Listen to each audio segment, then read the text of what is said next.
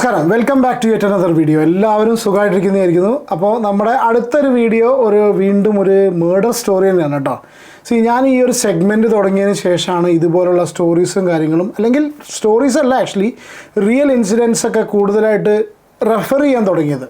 അപ്പോൾ റെഫർ ചെയ്യുന്ന സമയത്ത് സത്യം പറഞ്ഞാൽ എന്താ അറിയോ, പേടിയാവുന്നൊരു സിറ്റുവേഷൻ വരുന്നുണ്ട്. കാരണം വെച്ചാൽ നമ്മൾ കാണുന്ന പല റിലേഷൻഷിപ്സും, അല്ലെങ്കിൽ നമ്മൾ സ്ഥിരം കാണുന്ന ചില വ്യക്തിത്വങ്ങൾ, നമ്മളിത് ഒരുപാട് ഇത് റെഫർ ചെയ്തപ്പോഴാണ് നമുക്ക് മനസ്സിലാവുള്ളൂ. ഇതിലൊക്കെ ഒരുപാട് നിഗൂഢതകൾ അടങ്ങിയിരിക്കുന്നുണ്ട്. നമ്മൾ കാണുന്നതല്ല നമ്മുടെ ലോകം എന്ന് എനിക്ക് തോന്നിപ്പോവാണ് ഞാൻ ഈ ഒരു സെഗ്മെൻറ്റ് സ്റ്റാർട്ട് ചെയ്തതിനു ശേഷം. കാരണം വെച്ചാൽ നമ്മൾ ഈ ഒരു സ്റ്റോറി നറേറ്റ് ചെയ്യാൻ വേണ്ടിയിട്ട് പ്രിപ്പയർ ചെയ്യുന്ന സമയത്ത് ഒരുപാട് സ്റ്റോറീസ് നോക്കിയതിന് ശേഷമാണ്. പക്ഷേ ഇതൊക്കെ സ്റ്റോറി അല്ല, സ്റ്റോറി എന്ന് എൻ്റെ വായിൽ വരുന്നത്. പക്ഷേ ഇതൊക്കെ റിയൽ ഇൻസിഡൻസ് ആണെന്ന് അറിയുന്ന സമയത്താണ് ശരിക്കും ഇതിൻ്റെ ഒരു ഷോക്കിംഗ് ഫീലിംഗ് നമുക്ക് വരുന്നത്. ഓക്കെ, പോട്ടെ, നമ്മൾ ഈ ഒരു ഇൻട്രോൻ്റെ അത് കളയുന്നില്ല. നിങ്ങളെല്ലാവരും സ്റ്റോറിക്ക് വേണ്ടിയിട്ട് വെയിറ്റ് ചെയ്തിരിക്കുന്നു. കഴിഞ്ഞ വീഡിയോ ചെയ്ത സജഷൻസിനും സപ്പോർട്ടിനും ബിഗ് താങ്ക്സ് ഉണ്ട്. തുടർന്നും സപ്പോർട്ട് ചെയ്യുക. ഓക്കെ, അപ്പോൾ നമ്മുടെ ഇന്നത്തെ സ്റ്റോറി നടക്കുന്നത്, അല്ലെങ്കിൽ റിയൽ ഇൻസിഡൻറ്റ്, മേർഡർ ഇൻസിഡൻറ്റ് നടന്നിട്ടുള്ളത് ബംഗളൂരുവാണ്.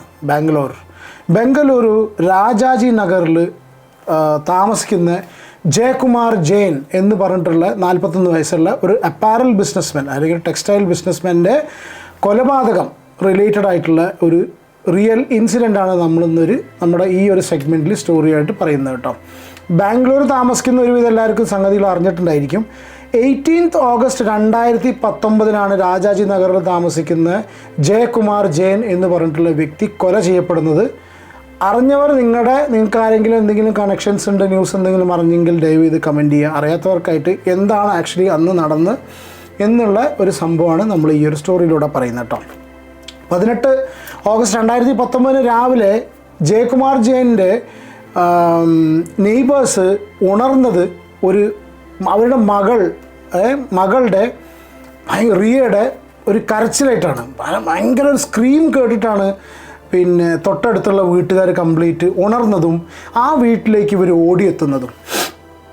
ഓടിയെത്തിയ സമയത്ത് ഇവർ കാണുന്നത്, പെട്ടെന്ന് ഈ ജയനിൻ്റെ ബാത്റൂമിനുള്ളിൽ നിന്ന് തീ ആളി പടർന്നുകൊണ്ടിരിക്കുകയാണ്. സ്മോക്ക് വരുന്നു, മകൾ പുറത്തു നിന്ന് കരയുന്നു. ഈ ഒരു സിറ്റുവേഷനിലാണ് ഇവരിത് കാണുന്നത്. എല്ലാവരും നെയ്ബേഴ്സ് എത്തിയ സമയത്ത് കാണുന്നത് തീ ആളിപ്പടരുന്നു. ഉടനെ തന്നെ ഫയർ ബ്രിഗേഡിനെ വിളിക്കുന്നു. ഫയർ ഫൈറ്റേഴ്സ് വന്നിട്ട് ഈ തീ അണയ്ക്കുന്ന സമയത്ത്, ആ സമയം കൊണ്ട് തന്നെ ജയൻ്റെ ബോഡി കംപ്ലീറ്റ് കരിഞ്ഞിരുന്നു ആകെ. ഓക്കെ, അപ്പോൾ എന്താണ് അന്ന് സംഭവിച്ചത്, ജയകുമാർ ജെയിന് സംഭവിച്ചത് എന്ന് അറിയണമെന്നുണ്ടെങ്കിൽ ജസ്റ്റ് കുറച്ചൊന്ന് നമ്മൾ പുറകോട്ട് പോകുന്നു. ഇവരുടെ എന്ത് ലൈഫായിരുന്നു ജയകുമാർ ലീഡ് ചെയ്തിരുന്നത്, എന്തായിരുന്നു വ്യക്തിയുടെ ക്യാരക്ടർ എന്നൊക്കെ നമുക്ക് ജസ്റ്റ് ഒന്ന് അറിയേണ്ട കാര്യമുണ്ട്. ജയകുമാർ ജെയിൻ 41 വയസ്സ് മാത്രമേ ഉണ്ടായിരുന്നുള്ളൂ. വളരെ നന്മയുള്ളൊരു മനുഷ്യൻ, പാവം പിടിച്ചൊരു വ്യക്തി. അയാൾക്ക് വൈഫ്, 2 കുട്ടികൾ. മൂത്ത മോള് റിയ 10th സ്റ്റാൻഡേർഡിൽ പഠിക്കുന്നു. രണ്ടാമത് ഒരു മൈനർ സൺ, ചെറിയൊരു കുട്ടി. വളരെ സന്തുഷ്ടമായിട്ടുള്ളൊരു കുടുംബം, നല്ല രീതിയിൽ പോയിക്കൊണ്ടിരിക്കുന്നു. ബിസിനസ്മാനാണ്. നല്ല പച്ച പിടിച്ച ബിസിനസ്, നല്ല രീതിയിൽ ബിസിനസ് മുന്നോട്ട് കൊണ്ടുപോയിരിക്കുന്നു. നോർമൽ കണ്ടീഷനിൽ ബിസിനസ് നല്ല രീതിയിൽ പോകുന്നവർക്ക് ചിലപ്പോൾ ഒരു പക്ഷേ കുടുംബം ഉണ്ടായിരിക്കില്ല. കുടുംബം നല്ല രീതിയിൽ പോകുന്നവർക്ക് ഒരു പക്ഷേ ചിലപ്പോൾ കാശിൻ്റെ ബുദ്ധിമുട്ടുണ്ടായിരിക്കാം. ഇവിടെ ജയകുമാർ ജെയിൻ്റെ കുടുംബം എന്ന് പറഞ്ഞു കഴിഞ്ഞാൽ പുള്ളിക്ക് യാതൊരുവിധ പ്രോബ്ലംസും ബിസിനസ് ലൈഫിലോ പേഴ്സണൽ ലൈഫിലോ സാമ്പത്തികപരമായിട്ടൊന്നും ഒരു ഇഷ്യൂ ഉണ്ടായിരുന്നില്ല. ഈ വ്യക്തി എല്ലാവരെയായിട്ടും നല്ല റിലേഷൻഷിപ്പ് മെയിൻറ്റെയിൻ ചെയ്തിരുന്നു. കുടുംബത്തോടൊപ്പം സമയം ചിലവഴിച്ചിരുന്നു. ഒരു നല്ല അച്ഛനായി, നല്ല ഭർത്താവായിട്ട്, ഒരു നല്ല വ്യക്തിയായിട്ട്, നല്ല ബിസിനസ്മാനായിട്ട് ഇയാൾ ജീവിച്ചു വന്നിരുന്ന ഒരു സിറ്റുവേഷനിലാണ് ഇയാളുടെ മേർഡർ സംഭവിക്കുന്നത്. ഈ സംഭവം നടക്കുന്നതിൻ്റെ തലേ ദിവസം 17-ാം തീയതി വൈകുന്നേരം ഈ ജയകുമാറിൻ്റെ വൈഫ് പൂജാദേവിയുടെ അവരെ 2 പേരുടെയും മകനും കൂടി പുതുച്ചേരിയിലുള്ള ഒരു ഫാമിലി ഫംഗ്ഷൻ അറ്റൻഡ് ചെയ്യാൻ വേണ്ടി പോവുകയാണ്. ജയകുമാർ ജെയിന് ബിസിനസ് സംബന്ധമായ ചില കാര്യങ്ങളാൽ പോകാൻ പറ്റുന്നില്ല. ആ സമയത്ത് മകളോട് പറയുന്നു മോളെ നീ കൂടി അമ്മയുടെയും ബ്രദറിനെയും കൂടെ പോകുമെന്ന് പറയുന്ന സമയത്ത് മകൾ പറയുന്നില്ല, ഞാൻ അച്ഛൻ്റെ കൂടെ സ്റ്റേ ചെയ്യുന്നു, ഞാൻ അച്ഛൻ്റെ കൂടെ നിൽക്കുകയാണ്, അമ്മയും അനിയനും പോയിട്ട് വരട്ടെ എന്ന് പറഞ്ഞിട്ട് 2 പേരെയും കൂടി ഇയാൾ എയർപോർട്ടിൽ ഡ്രോപ്പ് ചെയ്തിട്ട് നേരെ വീട്ടിലേക്ക് തിരിച്ചു വരുന്നു. വീട്ടിൽ തിരിച്ചു വന്നതിന് ശേഷം മോളുടെ കൂടെ കുറച്ച് സമയം സ്പെൻഡ് ചെയ്യുന്നു. 2 പേര് ഇരുന്ന് ചാറ്റ് ചെയ്യുന്നു. രണ്ടുപേരും ഒരുമിച്ച് ഡിന്നർ കഴിക്കുന്നു. ഡിന്നർ കഴിച്ചതിന് ശേഷം ജയകുമാർ ജയൻ പുള്ളിയുടെ ബെഡ്റൂമിലേക്കും മോള് ബെഡ്റൂമിലേക്കും പോയി എന്നുള്ള സിറ്റുവേഷനിൽ നിൽക്കുമ്പോൾ പെട്ടെന്ന് മോൾ ഒരു ഗ്ലാസ് പാലും കൊണ്ട് വരികയാണ് ഇയാൾക്ക് വേണ്ടിയിട്ട്. അപ്പോൾ ജയകുമാറിന് രാത്രി കിടക്കാൻ നേരത്ത് പാല് കുടിക്കുന്നൊരു ശീലമുണ്ട്. വൈഫ് കൊണ്ടുവന്ന് കൊടുക്കും, നല്ല ചൂടുള്ളൊരു ഗ്ലാസ് പാല് കുടിച്ചിട്ടാണ് പുള്ളി കിടന്നുറങ്ങാറ്. അപ്പോൾ സ്വാഭാവികമായിട്ട് ആൾ ആലോചിച്ചിരുന്നു, ഇന്ന് എൻ്റെ വൈഫ് ഇല്ലല്ലോ, അപ്പോൾ പാലും കാര്യങ്ങളൊന്നും ഉണ്ടായിരിക്കില്ല എന്നുള്ള കണ്ടീഷനിൽ നിൽക്കുന്ന സമയത്താണ് ആളുടെ ഒരു സർപ്രൈസും സന്തോഷത്തിനുമായിട്ട് മോള് പാല് കൊണ്ടുവന്ന് കൊടുക്കുന്നു. അപ്പോൾ അച്ഛനെ നല്ല രീതിയിൽ നോക്കിയിട്ട് അച്ഛനെ കിടത്തി ഉറക്കുന്നു. അങ്ങനെ അച്ഛൻ ഉറങ്ങി, അച്ഛൻ പാല് കുടിച്ച് അച്ഛൻ കിടന്നു എന്നുള്ള അത് ഉറപ്പുവരുത്തി. സംഗതിക്ക് ഭയങ്കര സന്തോഷമായിട്ടാണ് ഈ മോൾ അവിടെ നിന്ന് പോകുന്നത്. അപ്പോൾ ആളുടെ മകനെ നാളെ കാണാൻ പറ്റില്ല, കാരണം മോനും വൈഫും മോനും ഇല്ലായിട്ട് വീട്ടിൽ പുള്ളിക്ക് തീരെ സുഖം ഉണ്ടായിരുന്നില്ല. പക്ഷെ എന്നാലും മോളുണ്ടല്ലോ എന്നുള്ള സന്തോഷത്തോടു കൂടി ആ അച്ഛൻ കിടന്നുറങ്ങുന്നു. ആ കിടന്നുറങ്ങിയ അച്ഛനാണ് പിറ്റേ ദിവസം രാവിലെ ആ ഒരു റൂമിൻ്റെ ബാത്റൂമിൽ കത്തിക്കരിഞ്ഞ നിലയിൽ കാണപ്പെട്ടിട്ടുള്ളത്. ഈ ഫയർ ബ്രിഗേഡ് വന്നപ്പോൾ തന്നെ അവർക്ക് ഈ സിറ്റുവേഷൻ ഓൺ ദ സ്പോട്ടിൽ അവർക്ക് മനസ്സിലായി. മോളുടെ മൊഴി എന്ന് പറഞ്ഞു കഴിഞ്ഞാൽ അച്ഛൻ ഷോർട്ട് സർക്യൂട്ട് കാരണം മരിച്ചു എന്നുള്ളതായിരുന്നു. ഷോർട്ട് സർക്യൂട്ട് കാരണം തീ ആളിപ്പടർന്നു എന്നുള്ളതായിരുന്നു മോളുടെ മൊഴി. പക്ഷേ ഫയർ ബ്രിഗേഡിന് ഒറ്റ സിറ്റുവേഷനിൽ മനസ്സിലായി, ഒരു കാരണവശാലും അത്തരത്തിലൊരു ഫയർ ഒരു കാരണവശാലും ഈ പറഞ്ഞ ഒരു ഷോർട്ട് സർക്യൂട്ട് കൊണ്ട് എന്തായാലും ഉണ്ടാവില്ല എന്നുള്ളത് അവർക്ക് ഷുവറായിരുന്നു. അപ്പോൾ പിന്നെ എങ്ങനെ സംഭവിച്ചു? കാരണം വെച്ചാൽ മോളും ഇയാളും മാത്രമേ അവിടെ ഉണ്ടായിരുന്നുള്ളൂ. ബോഡി നേരെ പോസ്റ്റ്മോർട്ടമിന് അയക്കുന്നു. സ്വാഭാവികമായിട്ടും ഫോറൻസിക് എക്സ്പേർട്സ് വന്നിട്ട് റൂം പരിശോധിക്കുന്നു. On the same time police എന്ത് ചെയ്യുന്നു? പോലീസ് ഇവരുടെ ബാക്ക്ഗ്രൗണ്ടും കാര്യങ്ങളും അന്വേഷിക്കുന്നു. നെയ്ബേഴ്സിനോട് കാര്യങ്ങൾ അന്വേഷിക്കുന്ന സമയത്ത് നെയ്ബേഴ്സ് അവിടെ ഒരു ചെറിയൊരു കാര്യമല്ല, പിന്നീട് ഇത് വലിയൊരു സംഭവമായിട്ട് മാറി. ഒരു സംഗതി അവിടെ ഈ പോലീസിനോട് പറയുന്നു. ഇവർ പറയുന്നത് ഇവരുടെ മോള് ഏകദേശം 8th സ്റ്റാൻഡേർഡ് മുതൽ ആ സ്കൂളിൽ പഠിച്ചിരുന്ന സീനിയറായിട്ട് പഠിച്ചിരുന്ന 3 വയസ്സിന് തന്നെക്കാളും മൂത്തതായിട്ടുള്ള ഒരു പ്രവീൺ എന്ന് പറഞ്ഞിട്ടുള്ള ഒരു പയ്യൻ, ഈ പയ്യനുമായിട്ട് ഇവർക്കൊരു അഫെയർ ഉണ്ടായിരുന്നു. She was dating Praveen. അങ്ങനെ ഒരു സിറ്റുവേഷൻ നെയ്ബേഴ്സ് പറയുന്നു. ഇത് വെച്ചിട്ട് ഇയാളുകളെ ക്ലോസ് ആയിട്ടുള്ള കുറച്ച് പേര് പറയുന്നു ഈ ഒറ്റ കാര്യം കൊണ്ട് തന്നെ അച്ഛൻ കുറച്ച് അപ്സെറ്റായിരുന്നു എന്നുള്ള കാര്യം പറയുന്നുണ്ട്. ഓക്കെ, ആൾക്കാർ പറയുന്നു. അപ്പോൾ ചെറിയൊരു സംശയം പോലീസിൻ്റെ ഭാഗത്തുനിന്ന് തോന്നി, ഇതുപോലെ എന്തെങ്കിലും സംഗതി ഉണ്ടായിരിക്കുമോ. പക്ഷേ നമ്മൾ ഈ പോലീസിനെ സംബന്ധിച്ച് SP എന്ന് പറഞ്ഞതെന്ന് വെച്ചാൽ നമ്മൾ സംശയിക്കാൻ പോകുന്നത് സ്വന്തം മകളെയാണ്. അതൊരിക്കലും നമുക്കൊരു ഇത് ചിന്തിക്കാൻ കഴിയില്ല. അതുകൊണ്ട് പക്ഷേ പോലീസിനെ സംബന്ധിച്ച് സ്വാഭാവികമായിട്ടും എല്ലാം സംശയം തന്നെയാണ്, എല്ലാം എവിഡൻസാണ്. അപ്പോൾ ഇതൊക്കെ അവർ നോട്ട് ചെയ്ത് വെക്കുന്നു. ഓൺ ദ സെയിം ടൈം ഇതിൽ പോസ്റ്റ്മോർട്ടം റിപ്പോർട്ടിൽ ഭയങ്കര വലിയൊരു ടേണിംഗ് പോയിന്റ് സംഭവിക്കുന്നു. പോസ്റ്റ്മോർട്ടം റിപ്പോർട്ട് വന്ന സമയത്ത് പോസ്റ്റ്മോർട്ടം റിപ്പോർട്ടിൽ കോസ് ഓഫ് ഡെത്ത് എന്ന് പറഞ്ഞാൽ അത് ചോര വാർന്നിട്ടുള്ള മരണമായിരുന്നു. അതായത് എക്സസീവ് ബ്ലഡ് ലോസ് കൊണ്ടാണ് ജയകുമാർ ജയൻ മരിച്ചിട്ടുള്ളത് എന്ന് പോസ്റ്റ്മോർട്ടം റിപ്പോർട്ടിൽ രേഖപ്പെടുത്തുന്നു. Whereas it is not due to burning എന്ന് പോസ്റ്റ്മോർട്ടം റിപ്പോർട്ടിൽ വളരെ ക്ലിയർ ആയിട്ട് വരുന്നു. On the same time forensic experts വന്നിട്ട് അവരയാളുടെ റൂമിൻ്റെ പരിശോധന നടത്തിയ സമയത്ത് ഇവർക്ക് മനസ്സിലാവുന്നു അവിടെ ഒരുപാട് ബ്ലഡ് സ്റ്റെയിൻസ് ഉണ്ടായിരുന്നു. ഇതൊക്കെ വാഷ് ചെയ്ത സിറ്റുവേഷനിലായിരുന്നു ഉണ്ടായിരുന്നത്. അന്ന് ജയകുമാർ ജയൻ കിടന്നിട്ടുള്ള ബെഡ്ഷീറ്റിലാണെന്നുണ്ടെങ്കിലും ഫ്ലോറിലാണെന്നുണ്ടെങ്കിലും ബ്ലഡ് സ്റ്റെയിൻസ് ഉണ്ടായിരുന്നു. ഈ ബ്ലഡ് സ്റ്റെയിൻസ് കംപ്ലീറ്റ് ജയകുമാർ ജയൻ്റെ ആയിരുന്നു എന്നുള്ള ഒരു ഷോക്കിംഗ് ട്രൂത്ത് അവിടെ ഫോറൻസിക് എക്സ്പേർട്സ് പറയുന്ന സമയത്ത് അന്നത്തെ സൂപ്രണ്ടൻ്റ് ഓഫ് പോലീസ് മനസ്സിലാക്കുന്നു, ഇൻവെസ്റ്റിഗേഷൻ ഓഫീസേഴ്സ് മനസ്സിലാക്കുന്നു. അപ്പോൾ ഇവിടെ നിന്നാണ് ഒരു ട്വിസ്റ്റ് ഉണ്ടായി വരുന്നത്. മകള് പറഞ്ഞിട്ടുള്ള സംഭവം ആക്ച്വലി ഇപ്പോൾ അതിൻ്റെ പേരിലുള്ള ഈ പ്രൂഫ് കിട്ടിയിട്ടുള്ള എവിഡൻസ് കിട്ടിയിട്ടുള്ള സംഗതി തമ്മിലും മിസ്മാച്ച് വരുന്ന സമയത്ത് സ്വാഭാവികമായിട്ടും പോലീസ് മകളുടെ കൂടെ തന്നെ ഇങ്ങനൊരു ന്യൂസ് കേട്ടിരുന്നല്ലോ, മോളുടെ ഒരു അഫെയർ ഉണ്ടായിരുന്നത്, ഇവരെ 2 പേരെയും കസ്റ്റഡിയിലെടുക്കുന്നു. അതിന് മുന്നേ തന്നെ മോളുടെ ടെലിഫോൺ റെക്കോർഡ്സ് പരിശോധിക്കുന്നു, കോൾ റെക്കോർഡ്സ് പരിശോധിക്കുന്നു, ഫോൺ കസ്റ്റഡിയിലെടുക്കുന്നു. ഫോൺ കസ്റ്റഡിയിലെടുക്കുന്ന സമയത്താണ് വളരെ ഷോക്കിംഗ് ആയിട്ട് അവർ കാണുന്നു ഈ ഒരു മോളും ഈ പ്രവീണും തമ്മിൽ ഒരു ലോങ് റിലേഷൻഷിപ്പ് ഉണ്ടായിരുന്നു, വളരെ ക്ലോസ് ആയിട്ടുള്ള റിലേഷൻഷിപ്പ് ഉണ്ടായിരുന്നു. അതുപോലുള്ള ചാറ്റ്സ് ഇവർ സംസാരിക്കുന്നത് കണ്ടിരുന്നു. അതിൽ പല കാര്യങ്ങളും അച്ഛനെക്കുറിച്ചും സംഭവങ്ങളൊക്കെ ഇവർ ചാറ്റ് ചെയ്തിരുന്ന സംഗതികളൊക്കെ ഇവർ ഫോണിൽ നിന്ന് ഡിസ്കവർ ചെയ്യാണ്. അങ്ങനെ 2 പേരെയും പോലീസ് സ്റ്റേഷനിൽ ഇൻ്ററോഗേഷൻ വിളിക്കുന്നു.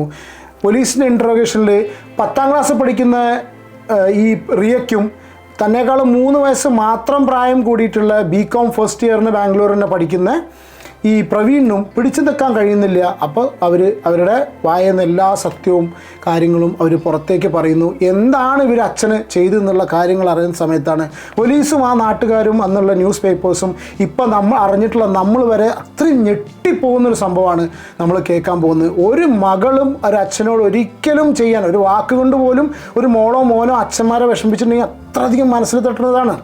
ആ സിറ്റുവേഷനിൽ ഈ ഒരു മകള് ഡിസൈഡ് ചെയ്യുന്നു തൻ്റെ കാമുകന് വേണ്ടിയിട്ട് ഈ സ്വന്തം അച്ഛനെ കൊല്ലാന്നുള്ളത്. അങ്ങനെ സ്വന്തം അച്ഛനെ എത്രയധികം ജീവന തുല്യം സ്നേഹിച്ചിട്ടുള്ള സ്വന്തം അച്ഛനെ അമ്മ ഇല്ലാത്ത സമയം നോക്കി മകള് വകവരുത്തി. അവരുടെ കൺഫെഷനാണ് നമ്മൾ ഇനി പറയാൻ പോകുന്നത്. ഈ അടുത്തൊരു സ്റ്റോറിയിലേക്ക് കിടക്കുന്നതിന് മുന്നേ ജസ്റ്റ് ഒരു ചെറിയ ഇൻട്രപ്ഷൻ ഉണ്ട്.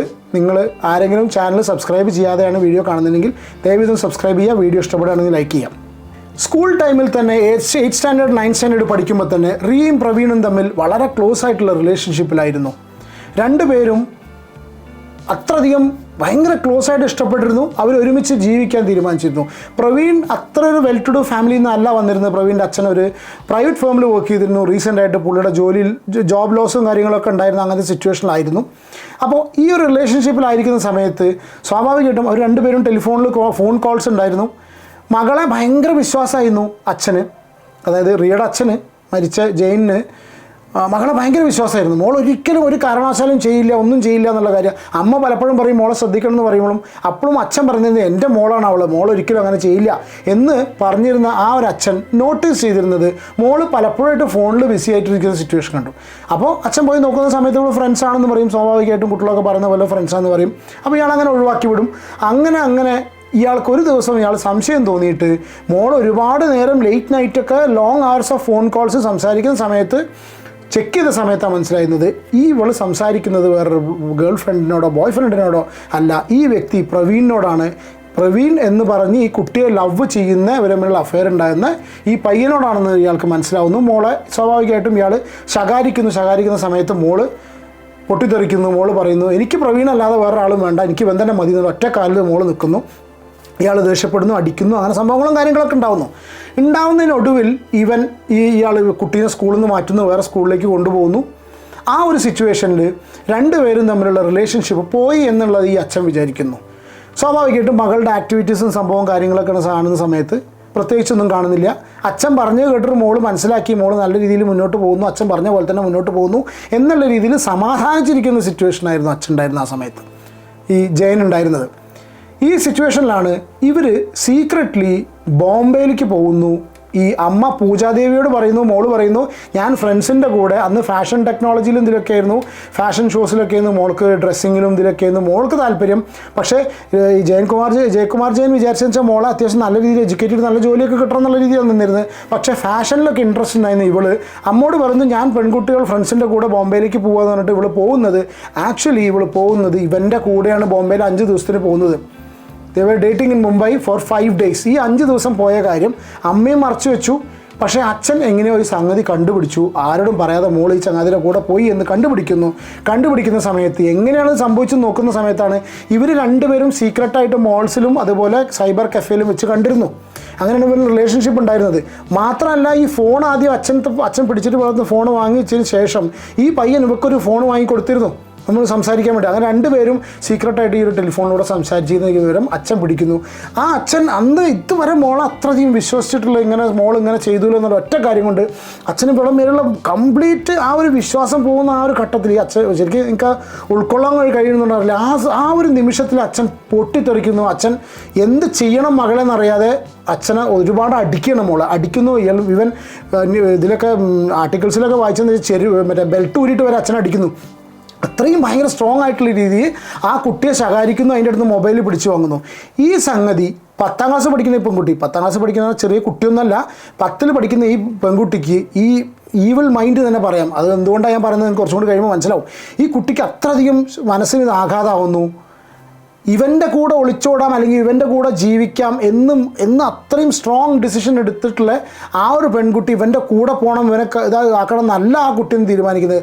ആ കുട്ടിയും അവൻ്റെ ലവറും കൂടി അന്ന് തീരുമാനിക്കുന്നു ഇതുപോലെ പോയാൽ ശരിയാവില്ല, നമ്മുടെ റിലേഷൻഷിപ്പിന് വിലങ്ങ് തടിയായി നിൽക്കുന്ന എൻ്റെ അച്ഛനെ നമ്മൾ എന്നേക്കുമായി ഈ ലോകത്ത് നിന്ന് ഇല്ലാതാക്കുന്നുള്ള ആ ഒരു ഹീനിയസ് ക്രൈം ഒരു മോള് ചിന്തിക്കുകയാണ്, സ്വന്തം അച്ഛനെ ഈ ഒരു കാര്യം പറഞ്ഞ് ഒഴിവാക്കണം എന്നുള്ളത്. ഇതാണ് ഈ ഒരു ക്രൈമിൻ്റെ മോട്ടീവ്. ഇതിനു വേണ്ടി ഇവർ ചെയ്തത് എന്താണെന്നറിയോ? 17 ഓഗസ്റ്റ്, അതായത് 18 ഓഗസ്റ്റിന് ഇയാൾ മരിച്ചു, 17 ഓഗസ്റ്റിന് ഇവർ വെയിറ്റ് ചെയ്തിരുന്നു. 17 ഓഗസ്റ്റിന് ചെറിയ ബ്രദറും അമ്മയും കൂടി പുതുച്ചേരിയിലേക്ക് പോയ സമയം നോക്കി ഇയാൾ തിരിച്ചു കൊണ്ടാക്കിയിട്ട് വീട്ടിൽ വരുമ്പോൾ മോള് അസ്വാഭാവികമായിട്ട് അച്ഛനോട് പെരുമാറി എന്നാണ് പറയുന്നത്. അതായത് ഭയങ്കര സന്തോഷമായിട്ട് അച്ഛനോട് ഇഷ്ടപ്പെട്ട രീതിയിൽ അച്ഛനോട് പെരുമാറുന്നു. ഇയാൾ സ്വാഭാവികമായിട്ടും പാവ അച്ഛൻ ഞെട്ടിപ്പോയി. കാരണം എന്താ അറിയോ, ഇത്രയും കാലമുള്ള മോള് പെരുമാറിയ പോലെയല്ല മോള് പെരുമാറുന്നു. മോള് ഭയങ്കര ഹാപ്പി ആയിട്ടാണ് അച്ഛന് വേണ്ട കാര്യങ്ങൾ ചെയ്ത് കൊടുക്കുന്നു, ഭക്ഷണം കൊടുക്കുന്നു, രണ്ടുപേരും കൂടി സംസാരിക്കുന്നു. He was very much happy. ഒരുപാട് സന്തോഷത്തിലായിരുന്നു ഈ വ്യക്തി. അതായത് അയാൾ പ്രതീക്ഷിക്കുന്നില്ല അയാളെ മോളടുത്ത് ഇങ്ങനെ സംഭവം ഉണ്ടാവും എന്നുള്ളത്. അപ്പോൾ ഈ ഒരു സന്തോഷത്തിൽ ഇയാൾ പോയി കിടക്കുന്ന സമയത്താണ് ഈ മോൾ എന്ത് ചെയ്തു, അത് തൻ്റെ മോളെ മനസ്സിൽ, ആ മോളുടെ നന്മ മാത്രം മനസ്സിൽ ആഗ്രഹിച്ച് ആ കുടുംബത്തിന് വേണ്ടി അത്രയും ഇതിൽ നടന്നിരുന്ന ഒരു അച്ഛൻ അറിയുന്നില്ല ഇയാൾ ഇത്ര രീതിയിൽ മോളെ കെയർ ചെയ്യുമ്പോൾ ആ സമയത്ത് മോളുടെ ലവറും കൂടിയിട്ട് ഇയാളെ തട്ടാനുള്ള പ്ലാൻ ഉണ്ടാക്കുകയാണെന്നുള്ളത് അയാൾ അറിഞ്ഞിരുന്നില്ല ആ പാവം. അങ്ങനെ ഇയാൾ പോയി കിടക്കുന്ന സമയത്താണ് ഈ ദുഷ്ടയായ ഈ മകള് ചൂടുള്ള പാൽ, അച്ഛന് പാല് കിടക്കാൻ നേരത്ത് കുടിക്കണം എന്ന് പറഞ്ഞിരുന്നു. ആ പാലിൽ സ്ലീപ്പിംഗ് പിൽസിൻ്റെ ഡോസ് കൂട്ടിയിട്ടുള്ള സ്ലീപ്പിംഗ് പിൽസ് ഇതിൽ കലക്കിയിട്ട് അച്ഛന് കൊടുത്തിട്ട് അച്ഛന് റൂമിൽ കൊണ്ടുപോയി കൊടുക്കുന്ന സമയത്ത് അച്ഛൻ ഭയങ്കര ഹാപ്പിയായി. കാരണം വെച്ചാൽ ആ സമയത്ത് അച്ഛൻ വെച്ചാൽ അയ്യോ എൻ്റെ മോൾ ഇത്ര മെച്ചൂർഡായില്ലോ അല്ലേ, എനിക്കിതൊക്കെ തരാൻ വേണ്ടിയിരുന്നത്, ഭയങ്കര ഹാപ്പിയായി. അപ്പോൾ ആ ഒരു സന്തോഷത്തിൽ മതിമറന്ന് ആ പാല് ഒരു തുള്ളി പോലും ബാക്കി വെക്കാതെ കുടിക്കുന്നു. ചൂടുള്ള പാലായിരുന്നു, ചൂടാറിനവരെ ഊതി അയാൾ ഫുള്ള് കുടിക്കുന്നു. അയാൾ കുടിക്കുന്നത് കംപ്ലീറ്റ് മോള് ഉള്ളിലുള്ള ആ ഒരു പിശാച്, ആ മോളുടെ ഉള്ളിലുള്ള പിശാച് ഉണ്ടായിക്കൊണ്ട് ആ പെൺകുട്ടി അതിൽ നിന്ന് കണ്ടിട്ട് അതിനുള്ളിൽ ആനന്ദിക്കുക. കാരണം എന്താ വെച്ചാൽ സ്ലീപ്പിംഗ് പിൽസ് കൊടുത്ത് മയക്കി ഒളിച്ചോടാനല്ല ഈ പെണ്ണ് നിന്നിരുന്നത്. വേറാസ് ദിസ് ഈവിൽ ഗേൾ വാണ്ടഡ് ഈ അച്ഛൻ അൺകോൺഷ്യസ് ആയിട്ട് പോകണം, എങ്കിൽ മാത്രമേ ഇവൾ അടുത്ത് ചെയ്യാൻ പോകുന്ന ചെയ്ത സംഭവം എന്താണെന്ന് വെച്ചാൽ ഈ പ്രവീൺ എന്ന് പറഞ്ഞവനെ വിളിച്ചു വരുത്തുന്നു. എന്നിട്ട് രണ്ടുപേരും കൂടി കത്തി കൊണ്ട് അച്ഛനെ സ്റ്റാബ് ചെയ്യുന്നു, കുത്തുന്നു, ഹാർട്ടിലും അവിടെയും ഇവിടെയൊക്കെ കുത്തുന്നു.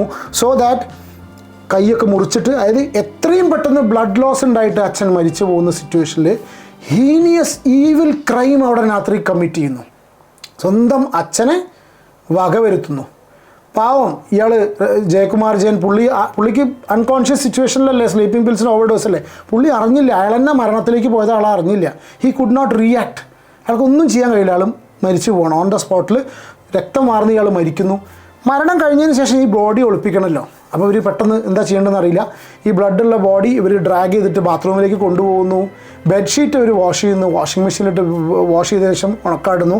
ഈ സ്റ്റെയിൻസൊക്കെ കംപ്ലീറ്റ്, ബ്ലഡിൻ്റെ സ്റ്റെയിൻ കംപ്ലീറ്റ് ക്ലീൻ ചെയ്യുന്നു. രാവിലെ ആവുന്ന സമയത്ത് ഇവർക്ക് ഈ ബോഡി ഡിസ്പോസ് ചെയ്യാൻ പറ്റിയില്ല. അപ്പോൾ ഈ പെണ്ണെന്നെ പോയിട്ടാണ് ഈ ഒരു പിശാജ് മകള് പോയിട്ട് 3 ലിറ്റർ പെട്രോൾ വാങ്ങിച്ചിട്ട് വരുന്നു. എന്നിട്ട് ബാത്റൂമിൽ കൊണ്ടുപോയിട്ടുള്ള അച്ഛൻ്റെ ഡിസീസ്ഡ് ബോഡി, ഈ ഡെഡ് ബോഡി പെട്രോൾ ഒഴിച്ചിട്ട് ഈ മോള് തീ കൊളുത്തി കത്തിച്ചിട്ട് ഇവള് കരയാണ്.